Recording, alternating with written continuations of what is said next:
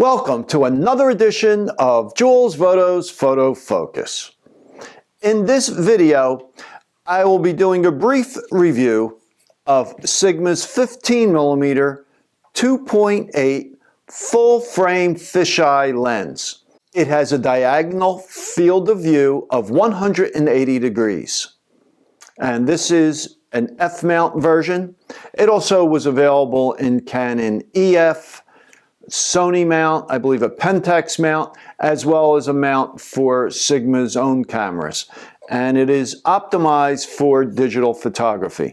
So it has a built-in hood, somewhat of a hood, has a really wide view, and you got to be careful if shooting a vertical not to get your feet in. If you tilt the camera down a little bit when shooting a vertical, you will actually get your feet in. Has a lot of distortion on the edges, which is typical for a fisheye lens. So vertical objects on the sides will look completely curved. So let's mount it here on my Nikon Z6 with the F to Z adapter. And the images you're going to see in this video I shot with my Nikon Z8. And this lens, let's go over some of the specs on this lens. It will focus down to 5.9 inches or 15 centimeters. It has 7 elements in 6 groups, a 7-bladed aperture.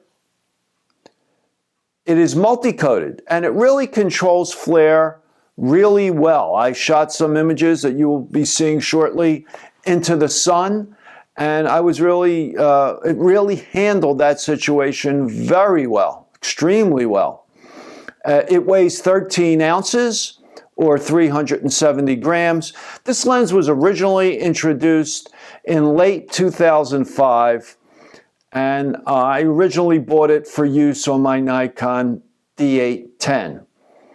And it didn't get much use when I first got it. I used it quite a bit. It just gives a different look to everything. It allows you to be creative, but you got to be careful. There's a lot of things you can't shoot with it.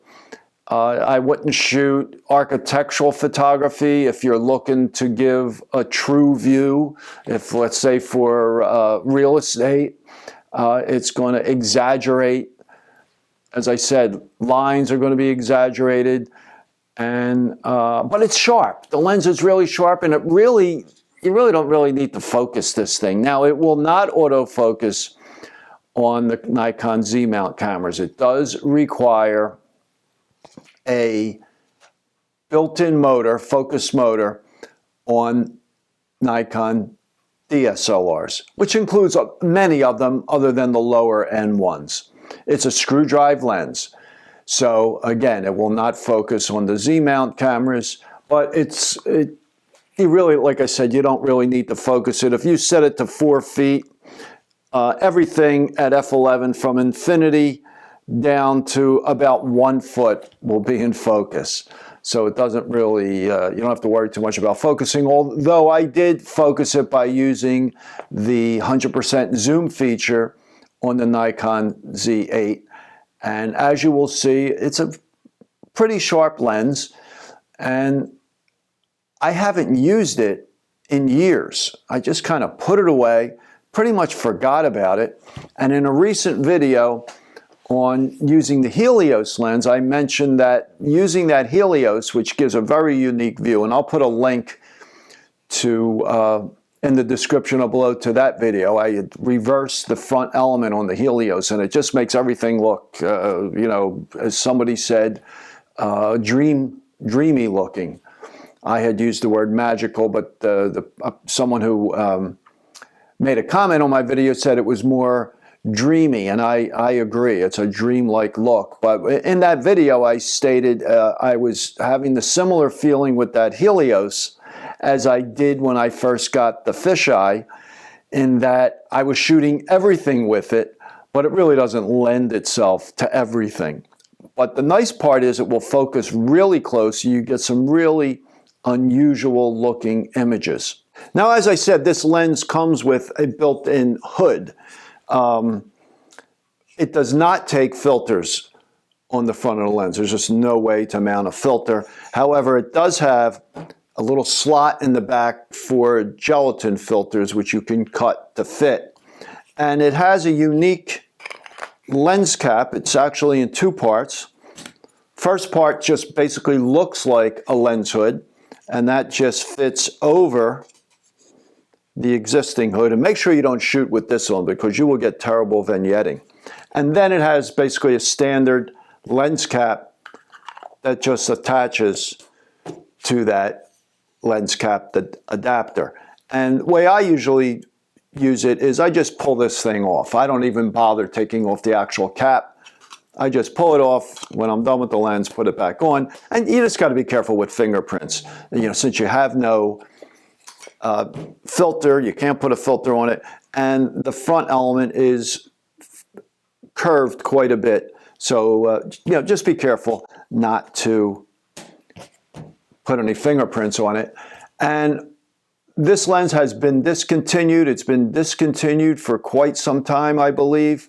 Not sure when. I've seen it for $200 or less on the used market. So if you're interested, you could do a little research and possibly pick one up. I do not remember what I paid for this lens back probably around 2010. One other thing I should mention with this lens is that it does have an aperture ring. Many of the new modern autofocus lenses do not.